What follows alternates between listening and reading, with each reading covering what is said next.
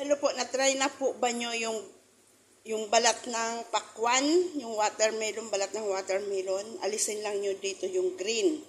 Tapos, igisan. Masarap po yan. Yan, nag-ano na ako ng bawang sibuyas, kamatis. Ang sahog po niyan, as usual, manok din. So, yan. Lalagay na natin dyan. Gigisahin lang po siya. Ang lasa po niyan is parang upo lang.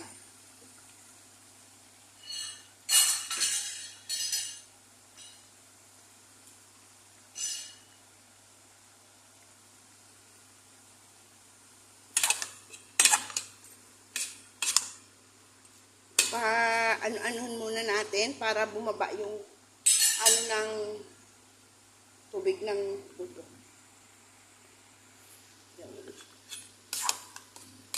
Nagtutubig po yan, kaya wag po natin lagyan ng tubig. Yung tubig na lang po niya ang magkusang magluluto.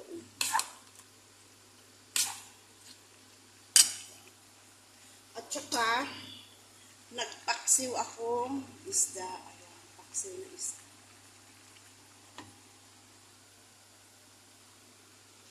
Sarap nito.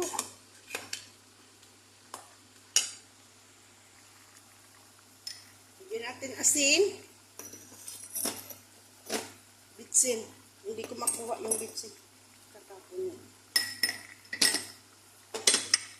Huwag na natin lagyan soy sauce para yung kulay niya ho, hindi ibang kulay. Pero depende na ho yan sa inyo kung gusto po yung lagyan ng soy sauce. Ginisa ko lang po siya sa bawang, sibuyas, luya.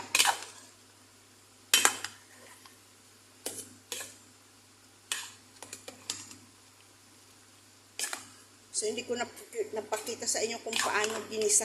Alam naman po ninyo yan kung paano gisahin eh. Yung mga aromatics natin.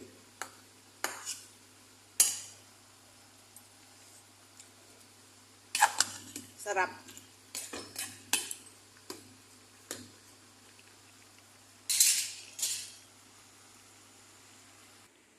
Sa kanila inihaw.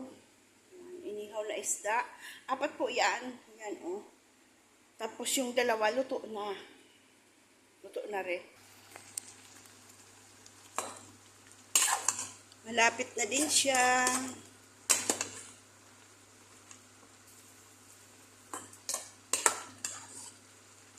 O, diba?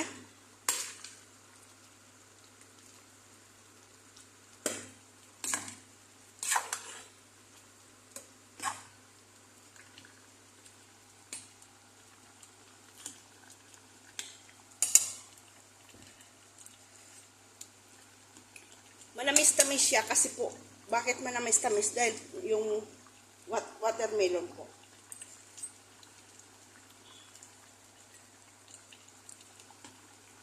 Lagyan natin konting pampakkat. Para mas masarap.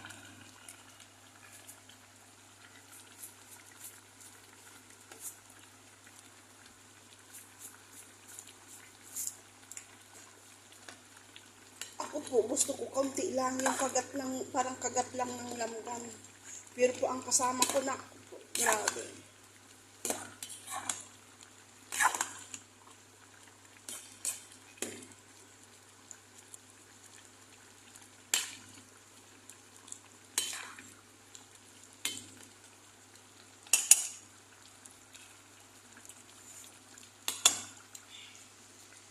Ang sarap.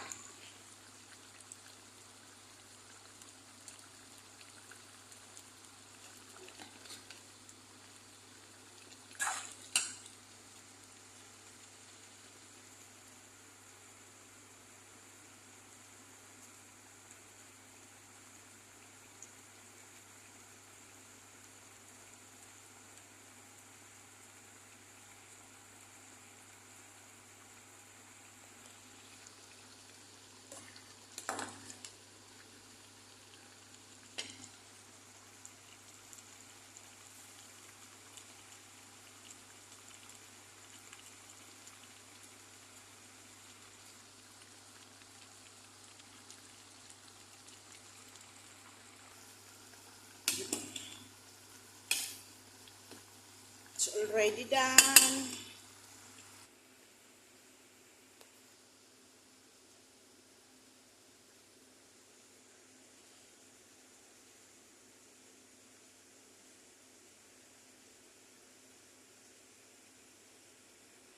Ito po yun. Oh, inalas ko yung balat. Watermelon.